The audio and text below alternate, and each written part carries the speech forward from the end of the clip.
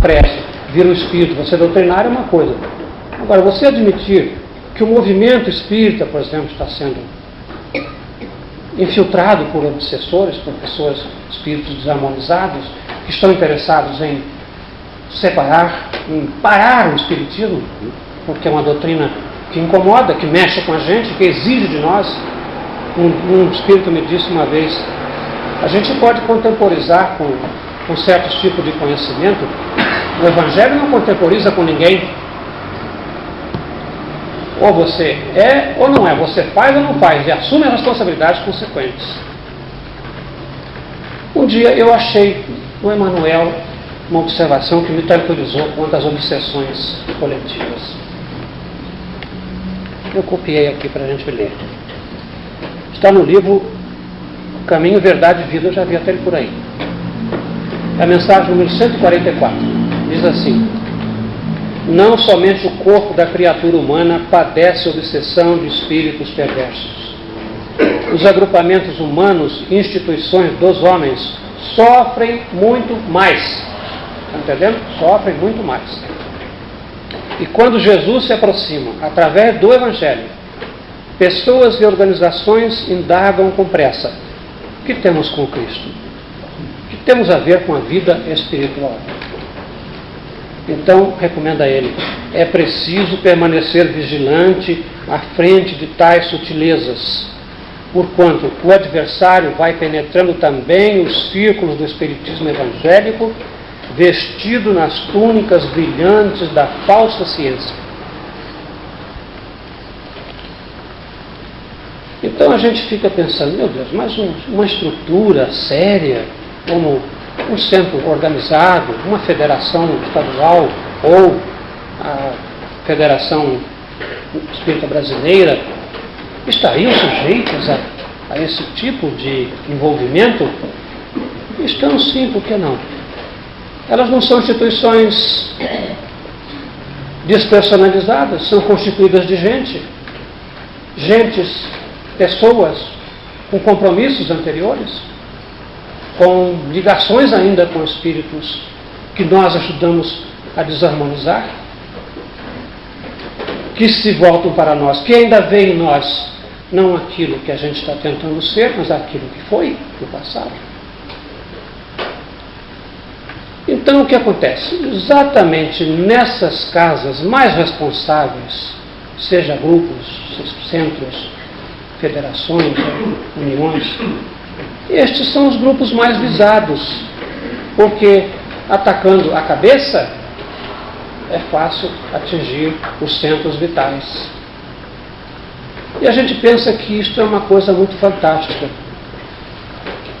Mas se a gente voltasse alguns séculos, examinar o que se passou com o cristianismo primitivo, nós vamos encontrar as mesmas tarefas, o mesmo tipo de infiltração. Vai chegar aí em novembro, talvez, no meu novo livro sobre o cristianismo. Então, eu levantei alguns aspectos. Por exemplo, nós sabemos que no cristianismo primitivo era todo mediúnico. Depois que o Cristo partiu, especialmente. Nós vemos pelos Atos dos Apóstolos, a Epístola de Paulo, nós falamos ontem aqui, contém um livro dos médiuns em embrião. O Atos dos Apóstolos é um livro cheio de fenômenos mediúnicos. Então, o que acontecia? Existia um movimento dentro do cristianismo chamado pneumatismo. Pneuma é a palavra grega para espírito. Então, pneumatismo o que é? Espiritismo. Eles sabiam da reencarnação, da sobrevivência dos espíritos, da comunicabilidade, do conceito de responsabilidade pessoal perante as nossas faltas. Vocês se lembram como é que começou a missão de Paulo e Barnabé? Foi numa sessão mediúnica. O Espírito disse: Barnabé e Paulo saiam a pregar o cristianismo. Como que se desmontou essa estrutura mediúnica da igreja primitiva? Pela infiltração. a gente já começa a perceber nas primeiras epístolas, nas epístolas de Paulo, João e Pedro, as recomendações para que tivessem cuidado com os espíritos, para saber se eram de Deus, está dito lá. Não bastava dizer, eu sou de Deus, eu prego a mensagem do Cristo. Eles se infiltravam, começavam com alguns conceitos aceitáveis, passavam para conceitos menos aceitáveis, daqui a pouco o grupo estava todo tomado, todo infiltrado, todo invadido. Eles tomavam conta daquilo e assim a nossa igreja começou a produzir uma teologia que não conferia com o que o Cristo ensinou, a proclamar dogmas, rituais, preceitos, sacramentos. Nada disso, o cristianismo não é nada disso. Começou esta tarefa através da infiltração mediúnica, espiritual, nos grupos cristãos primitivos. Passados esses séculos todos, o Espiritismo resolve, e muitas vezes já foi retomada essa tarefa de reconstruir o cristianismo. Francisco foi um deles. Mas, na grandeza da sua humildade, quando o Cristo disse a ele que ele veio para reconstruir a igreja, ele começou a carregar umas pedrinhas, porque pensou que era para reconstituir aquela capelinha que tinha lá na Itália. Deixou uma obra gigantesca em termos de espiritualidade.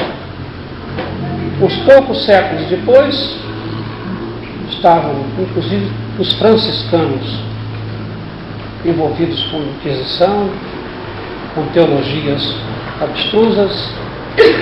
Enfim, perdeu-se o esforço do Francisco. Veio a Reforma, veio agora o Espiritismo. Então, mais uma vez, está sendo recomeçada a tarefa, que já podia estar com 2000 anos de vida, nós tivéssemos um cristianismo mediúnico, espiritual, reencarnacionista, há 2000 anos, onde estaríamos hoje em termos evolutivos, não apenas pessoalmente, mas socialmente, em termos de educação, de comportamento, de sociedade, de família. No entanto, perdeu-se um tempo precioso. Por quê?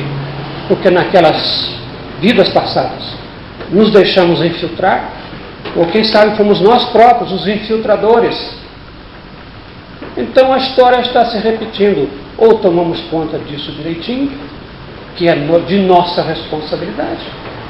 O Kardec disse que o Espiritismo seria aquilo que os dele fizessem os outros. Então vamos ter que responder mais na frente pela irresponsabilidade de deixar contaminar-se o nosso ambiente espiritual por infiltrações. Então há sim uma obsessão, digamos, coletiva. Então, este movimento que se deteriorou dentro do cristianismo, a gente nota perfeitamente ao estudar as epístolas de Paulo. Existe uma passagem no Paulo Estevão, que está também no meu livro As Marcas do Cristo, em que a conversa entre Paulo e Barnabé surge esse tema. Então ficou dito que eles tinham muita atenção com aquilo que se fazia naquela época, porque tinham a intuição de que esta documentação que Paulo deixou nas epístolas seria muito estudada no futuro. Na verdade, os textos de Paulo são anteriores aos textos evangélicos, ou seja, quando Paulo escreveu as epístolas, não havia ainda evangelho de Marcos, João, Lucas, etc. Não é? E por uma curiosa disposição do tempo, preservou-se muito mais a autenticidade dos textos da epístola de Paulo, infelizmente, ou não sei se pode dizer infelizmente, do que textos evangélicos que são tidos como dos autores que constam lá, Evangelho de Marcos, Evangelho de Lucas. Tudo isso foi reescrito, conservou-se a mensagem do Cristo. Isso não conseguiram demolir. Mas quanta coisa inútil, quanta coisa desnecessária, prejudicial se introduziu aí, não? Então, realmente, um cristianismo espírita no sentido mediúnico, no sentido de intercâmbio com o mundo espiritual, teria feito um progresso fantástico em 2000 anos. E nós, muitos de nós responsáveis por isso, deixamos passar essa oportunidade, por causa da infiltração espiritual no movimento cristão primitivo. E hoje nós vemos que esta tentativa de infiltração está acontecendo também com o espiritismo. A gente às vezes nem percebe. O espírito chega, dá uma comunicaçãozinha muito aceitável, você até concorda com ele, daqui a pouco ele vem e diz uma outra coisinha, aí diz uma coisa que você não está muito bem, mas você, bom, ele está dizendo, é porque ele deve saber. Daqui a pouco ele é o dono do grupo, é o mentor, é o guru. Eu estou escrevendo, está saindo agora um trabalho sobre o guruísmo no mundo e no Brasil. Vai sair na revista internacional, são uma sequência de 2 artigos. Nós estamos vendo um movimento articulado mundial de guruísmo no mundo inteiro. Gurus para todo lado. Nos Estados Unidos, então, que é um país rico, potencial muito grande, geralmente vem através da mediunidade, mas não necessariamente. Vem gurus lá da Índia, não sei de onde, do Oriente. Este reverendo Moon, com todo o respeito que merecem as pessoas que o seguem, está espalhando uma doutrina que, articulada por ele, naturalmente com os companheiros espirituais, mas com um conteúdo material muito bem estruturado. São verdadeiras empresas multinacionais, tem um apoio financeiro imenso. Ele começou não estou falando por falar, está no jornal, está nos livros. O Jornal do Brasil publicou há pouco tempo como que ele começou a juntar dinheiro para financiar esta tremenda organização mundial, vendendo armas na Guerra da Coreia, instrumentos para matar. Assim começou a instituição. Então, como poderemos aceitar a autoridade desses companheiros desavisados para falarem sobre espiritualidade, sobre Deus, sobre os nossos compromissos perante as leis de Deus? Uma vez que entrou o interesse material, que se criou em torno daquele guru, daquela instituição, daquela organização, uma máquina de produzir dinheiro, publicidade, e nesse barco, infelizmente, estão entrando, inclusive, instituições protestantes nos Estados Unidos, os chamados pastores eletrônicos, que vão para a televisão, com grande poder verbal, usando a palavra para produzir dinheiro, para produzir poder, recursos materiais, apoiados teoricamente na mensagem do Cristo. Quer dizer, estamos tendo vendilhões do templo eletrônicos, através da televisão, estão vendendo o Cristo outra vez, e por muito preço, muito pequeno. Pelo menos o Judas vendeu por 30, né? Então, estas ideias vão se infiltrando às vezes no nosso meio. Eu não sei se vocês têm tido oportunidade de ouvir falar na nova técnica de doutrinação, que eles estão chamando de doutrinação mental. Então, o negócio é um tanto, deixa eu usar uma palavra, diabólico. O Espírito diz assim: olha, vocês não precisam mais, isso aí é um processo arcaico, deixar o médium incorporar, isso não usa mais. Me disseram uma vez para mim, mais de uma vez, você está usando carro de boi enquanto está todo mundo andando aí de avião a jato. Não é necessário incorporação. Para quê? Pois a linguagem do Espírito não é o pensamento? Aliás, está lá na codificação, é o pensamento. Então, basta você pensar. Concentram-se todos em torno da mesa e pensa na doutrina, meu querido irmão, não faça isso e tal. Ou seja, é isso que eles querem. Nós sabemos, então, através da experiência mediúnica, que O processo da incorporação introduz o componente humano na mediunidade, o calor humano, o fluido vital do médium. O espírito incorporado no médium, ele se coloca um tanto muito mais para o contexto humano do que para o contexto espiritual. Eu me lembro, um querido companheiro espiritual, vou dizer o nome, Dr. Carlos Embaçaí, né, que eu conheci já nos últimos anos da vida, né, dele, vida na carne, e tinha um grande carinho por mim, a gente se escrevia, se correspondia. E um dia, depois que ele desencarnou, pouco tempo depois, ele compareceu lá no nosso grupo e disse para mim assim: "Você é o Miranda, né?" Eu me chamava de Miranda. "É, sou eu." Ele disse que a própria visão dele lá no mundo espiritual era um tanto diferente da que ele tinha de mim na carne. Uma coisa interessante. E ele disse assim: "Você sabe que mesmo a gente que vem depois de uma longa prática espiritual, e ele era um mestre, né?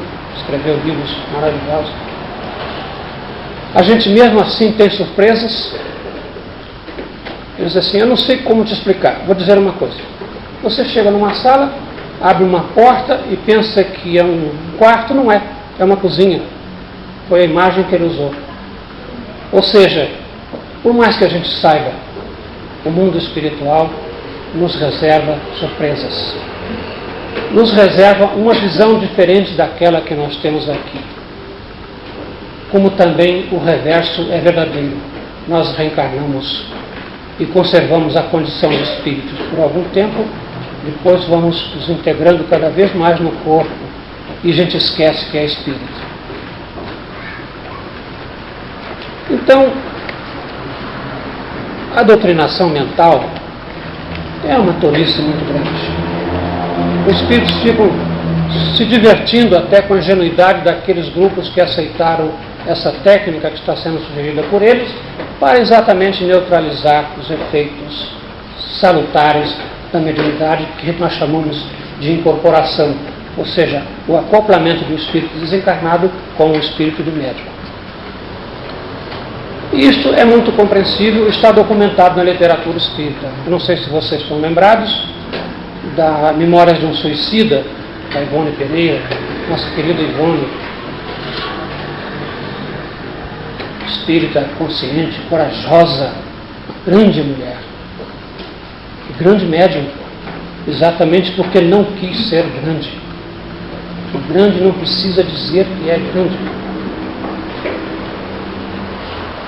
Ela conta, o espírito conta, né? Camilo Castelo Branco,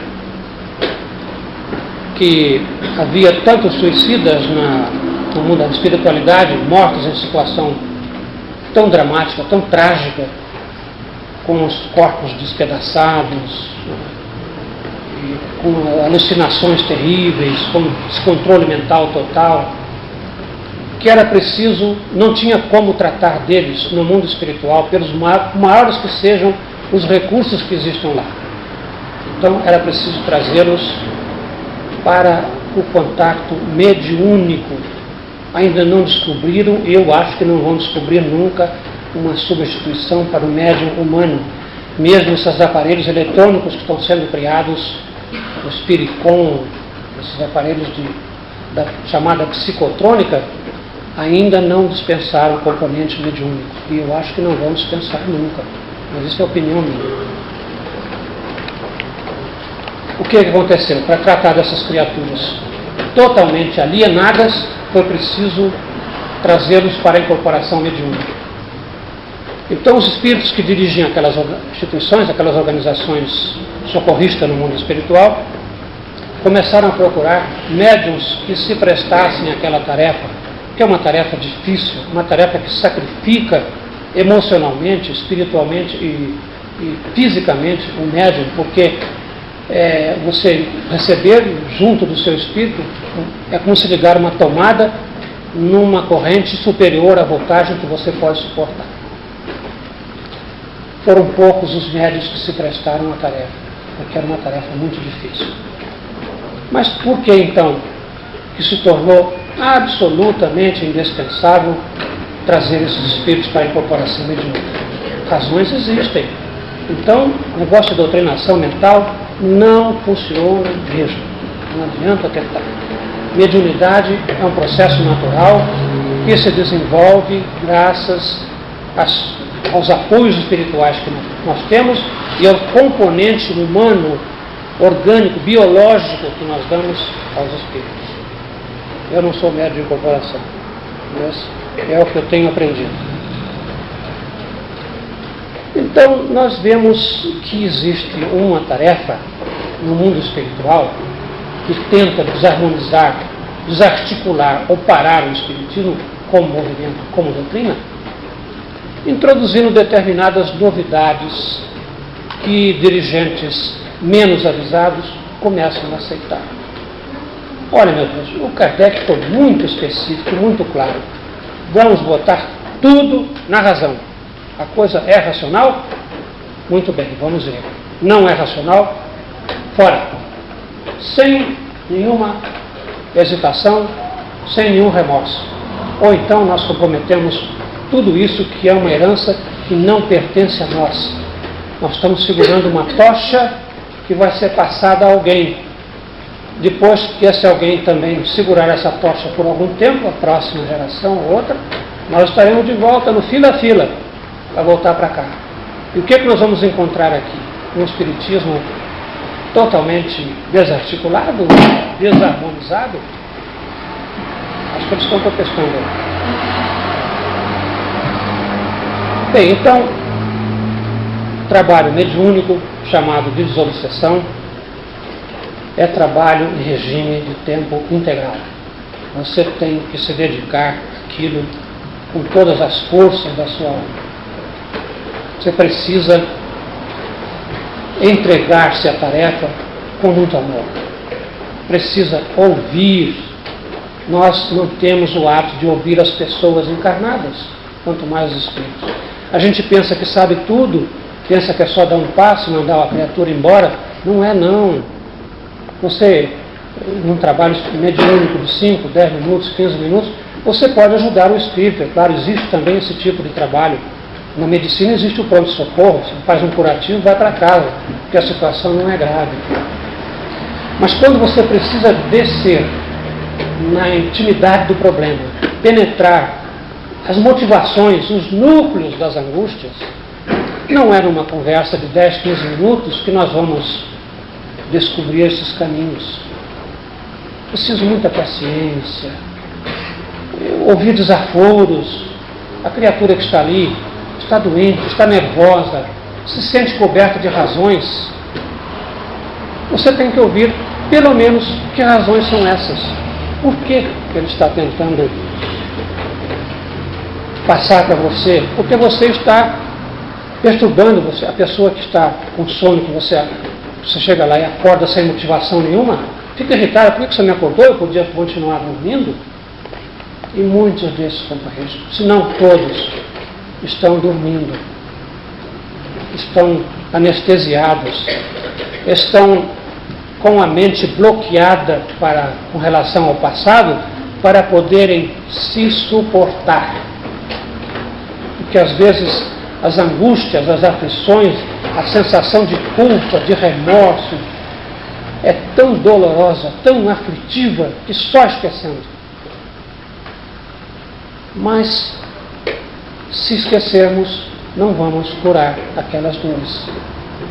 Se abandonarmos as nossas responsabilidades, não vamos caminhar. Então, ao mesmo tempo em que você respeita aquela dor, você vai com muito tato procurando chegar ao coração daquelas criaturas. Por outro lado, você também tem que, não digo forçar, mas insistir, pedir, rogar, levar um apelo. Porque eu faço uma distinção entre arrependimento e remorso. Eu costumo dizer que o arrependimento é construtivo. Você reconhece que errou, começa a trabalhar para se repor. E o remorso é muito paralisante. Você para, você acha que não tem mais por onde voltar. E os casos mais dramáticos de resistência à doutrinação, ao diálogo, são aqueles que mais se envolveram com a lei de Deus. Então a gente vê histórias como essa do exilado. Apresenta-se um espírito absolutamente seguro de si. Ele é dono da reunião. Incorpora-se, me trata como se eu fosse um ser ínfimo, que na realidade sou sem falsa modéstia. Eu não quero dizer a ele que eu sou melhor do que ele, nem superior, nem mais inteligente, nem mais culto. A única diferença é que eu estou botando todo o meu amor em ouvi-lo.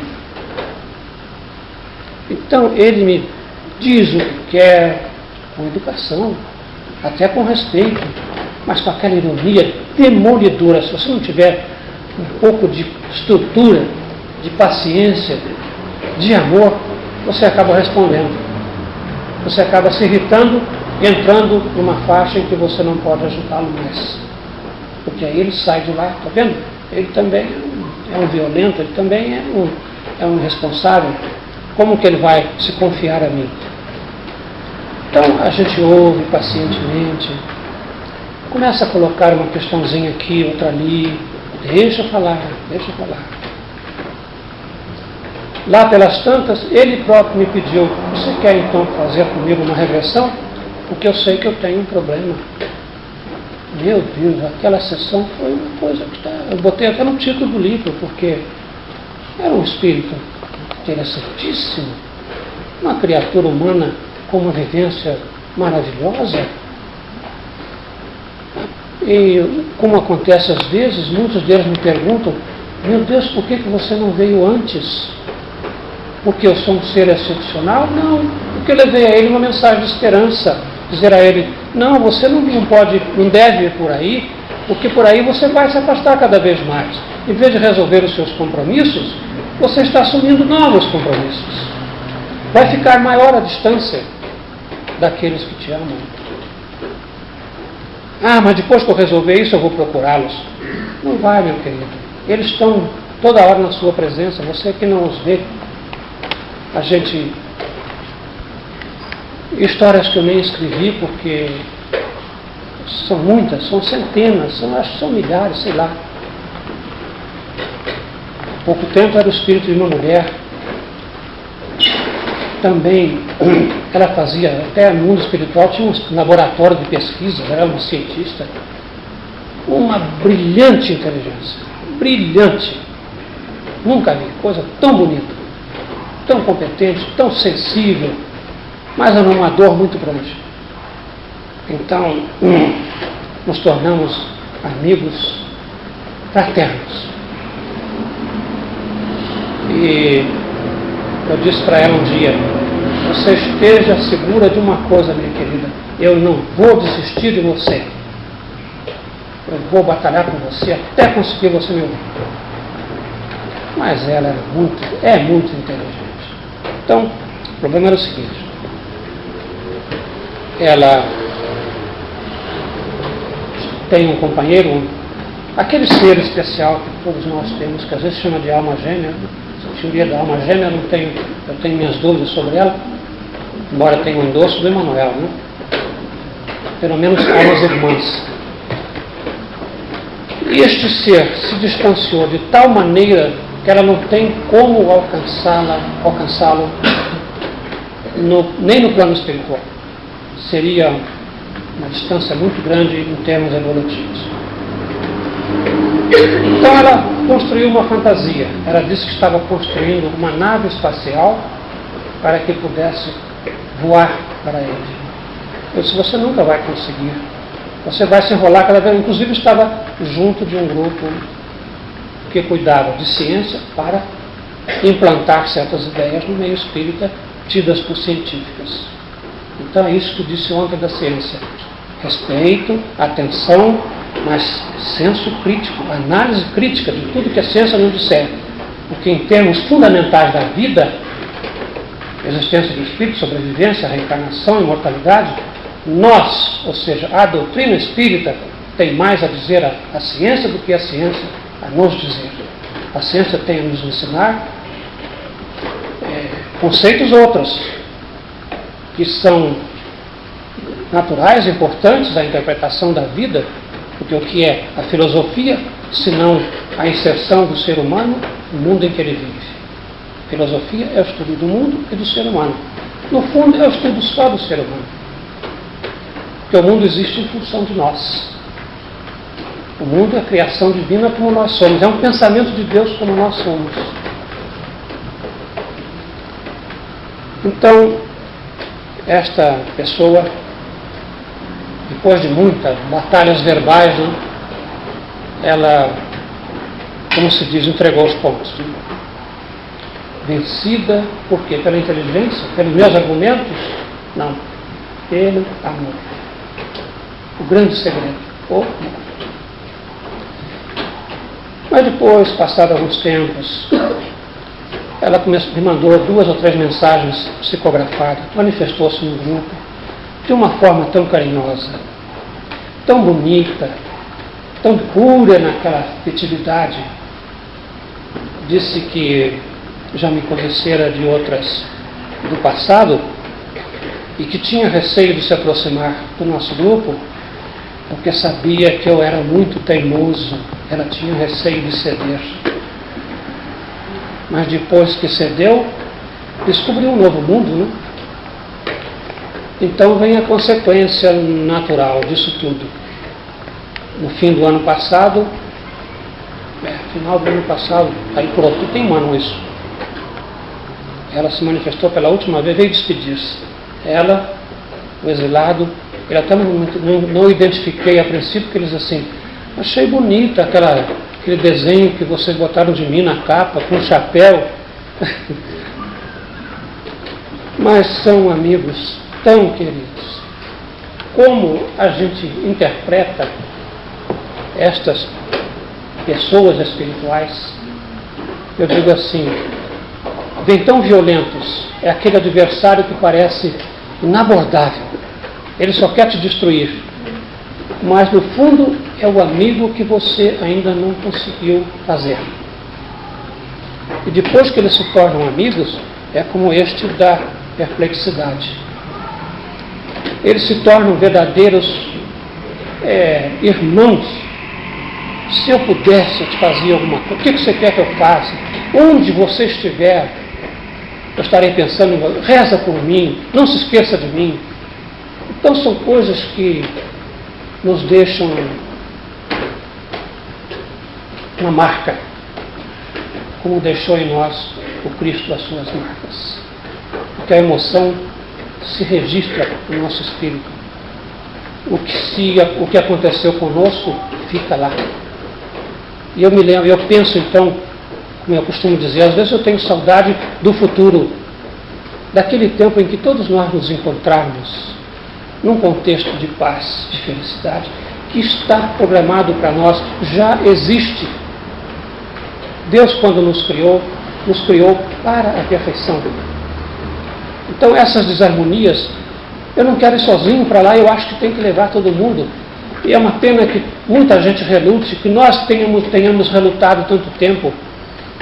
Como que a gente pode resistir, rejeitar uma situação de paz, de convivência harmoniosa, de convivência com seres superiores que vão nos ensinar aquilo que ainda não sabemos, que vão trocar conosco impressões e alegrias, que vão se recordar conosco de um passado remotíssimo.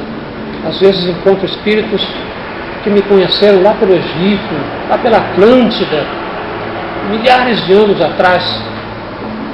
Então aquilo nos dá não só uma segurança de que nós somos seres indestrutíveis, mas também perfectíveis. Nós caminhamos inexoravelmente para a perfeição, queira ou não queira. Você pode escolher, como eu digo, passar pelos espinheiros, passar pelos pantanais. Tem caminhos melhores. Tem muitos caminhos melhores. Mas todos os caminhos vão para Deus. O que a gente deve fazer no trabalho da mediunidade, da doutrinação, é usar aquela experiência dos nossos próprios sofrimentos, das nossas próprias angústias, dos desvios que tomamos para ajudar aquele. Vem por aqui, vamos experimentar por aqui, quem sabe por aqui é melhor. Então, estas experiências me enriqueceram de tal maneira a vida que eu fico às vezes admirado, eu fico perplexo. Meu Deus, por que eu fui colocado nesse contexto? Como que eu fui descobrir tantos amigos? Para onde estamos indo todos nós? Então, por onde passei eu? Houve um tempo, eu acho que está na Dama da Noite isso, em que nós lidávamos com espíritos que viveram na Grécia Antiga. Esta organização era curiosíssima. O tempo, como é que está, Irani? Até as 4, quem sabe? Daí tem meia hora. Então começaram a aparecer espíritos ligados à Grécia Antiga. E eles me evitavam muito. Andavam outros espíritos, outras pessoas, conversavam, fizeram algumas pressões. No fim a história foi se desdobrando. Olha, vou contar a vocês, eu nunca passei tantas emoções na minha vida inteira como com estes companheiros. Não eram pessoas más, eram seres inteligentes, de uma cultura enorme, de uma sabedoria muito grande. Então, cada um deles era uma experiência, era um depoimento. Eles disseram que, como eles ficaram muito ligados emocionalmente e intelectualmente à Grécia Antiga, e eu estive lá em Atenas e aquilo me sacudiu até as raízes, eles traziam aquele depoimento cultural elevado. Eles mantinham uma espécie de uma universidade no mundo espiritual para dar aulas de filosofia, de arte, de sabedoria mesmo. Mas pensaram que podiam fazer isto sem o componente do cristianismo. Por que o cristianismo? Não é o cristianismo em si, a visão do Cristo. Então um deles disse que era escultor e disse que um dia resolveu fazer uma estátua do Cristo. Diz que ficou uma beleza, mas não tinha alma. Era como se fosse um deus grego, a perfeição da forma, gestos, a beleza, mas não dizia nada. Esses gregos trouxeram um depoimentos emocionantes. Tem uma historinha que diz assim: a mente não cura. Eles tinham desenvolvido o poder mental a um ponto que tinham reuniões, né? Eles se reuniam para trocar experiências, para estudar, para debater assuntos, para progredir mentalmente, exercer o poder mental. Então diz ele que haviam atingido um nível mental muito grande, uma força mental muito grande. E quando eles começaram a ser tratados pelo nosso grupo, um deles foi convidado a ir ao mundo espiritual. E ele chegou lá, foi levado a um dos nossos grandes amigos, Sócrates.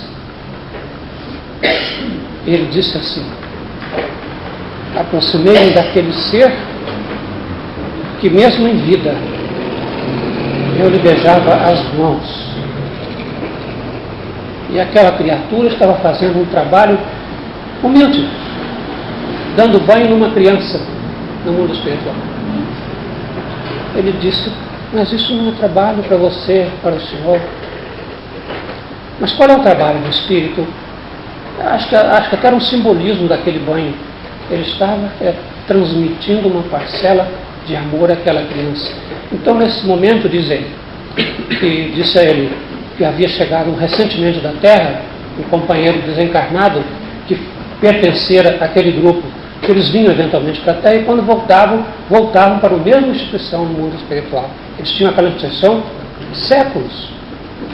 Sócrates viveu no século IV, V a.C., portanto tem 2.400 anos. Então, o Espírito chamou e diz a ele: este companheiro está precisando de uma ajuda, cure com a sua força mental. Então ele concentrou-se, né? E percebeu que a força mental estava, em vez de ajudando, prejudicando aquela criatura recém-desencarnada. Aí disse Sócrates para ele: cura com o teu amor, não com a tua mente. E ele disse assim: a mente não cura. Eu descobri que a mente não cura. Então, lições que nos ficaram destas criaturas, emocionantes, dramáticas. Eu disse: mas afinal de contas, por que vocês estão nisso tanto tempo? Porque eles se estimavam. Então havia um depoimento de um deles, voltamos ao nosso tema, ele disse que ia muito bem pelo processo evolutivo dele. Aí renasceu na Grécia, numa cidadezinha do interior, longe daqueles centros culturais gregos, e achou que não era ali o lugar dele. Veio para Atenas, o centro da cultura mundial naquela época, né? Atenas foi o local onde se pensaram todas as grandes ideias, onde se especularam todos os grandes problemas, onde se criou toda a estrutura do pensamento medieval, que de certa forma sobreviveu até hoje nas suas principais assertivas, ainda que a filosofia de Aristóteles esteja hoje, em grande parte, superada.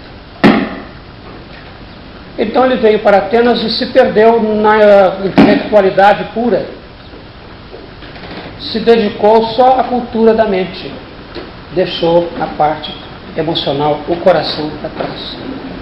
Passados todos esses séculos, depois que ele retomou a sua jornada através do nosso trabalho modesto, ele disse assim: agora eu vinha por um caminho, desviei-me, entrei por outro. Agora eu tenho que voltar naquele ponto, porque naquele caminho que eu me desviei para pegar o caminho segundo, muita coisa eu fiz errada. Então eu não apenas tenho que voltar lá onde eu deixei, como as condições são outras. Já não estão mais naquele contexto, as pessoas a quem eu prejudiquei não estão mais lá, as tarefas que eu precisaria ter executado. Perdeu-se um tempo enorme. É claro que o que ele aprendeu, a conquista ficou, porque o nosso espírito não esquece uma lágrima, um sorriso, fica tudo gravado. Quando se faz uma regressão de memória, se vê isto. Então, estes espíritos trouxeram um depoimento tão fantástico. Eles disseram assim: mas eu perguntei, como que vocês ficaram 23, 24, 25 séculos só cuidando disso? Ele disse assim: era preciso que se criassem as condições, o contexto necessário. E aí ele me disse uma coisa, meus amigos, ele disse: era preciso que você voltasse, porque você faz parte da nossa turma. O que eu ia dizer? Então, amigos, irmãos, companheiros, a gente tem por toda parte. E eu sou uma criatura felicíssima. O que hoje tenho de companheiros nessas histórias, no mundo espiritual, é uma coisa impressionante. Porque qual é o segredo? Nenhum. Conversar com eles, abrir o coração. Entra, que a casa é sua. Não precisa saber doutrinar, isso é bobagem. É claro que você está armado nas estruturas doutrinárias do Espiritismo para saber como contestar certas ideias distorcidas, como levar docemente a pessoa a afastar-se de certos equívocos. Mas o que mais se busca, o que mais eles buscam é um momento de compreensão, de afeto, de alguém que ouça, de alguém que dê um pequeno abrigo, uma pequena pausa naquela vida de sofrimento. Esta moça de quem eu falava, cujo companheiro foi muito à frente, eu a vi recentemente reencarnada. Uma menina paupérrima, nascida numa favela no Rio de Janeiro, de mãe solteira, desarvorada. E razões que a gente não entende muito bem, eu tive acesso a ela. Então você sente a presença de um espírito naquele corpinho. Você sabe que ela está te entendendo. Você sabe que ela te ama. Você sabe que ela tem uma tarefa dificílima a cumprir. Mas você não tira daquele contexto. Você ajuda onde ela está. É ali o trabalho dela. Dê-lhe amor naquilo que for possível. Demos o apoio material nos seus primeiros contatos com o mundo.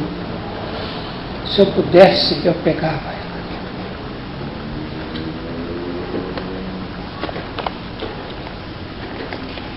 Pois é, são 4 horas. Vamos parar para descansar um pouquinho. Muito obrigado.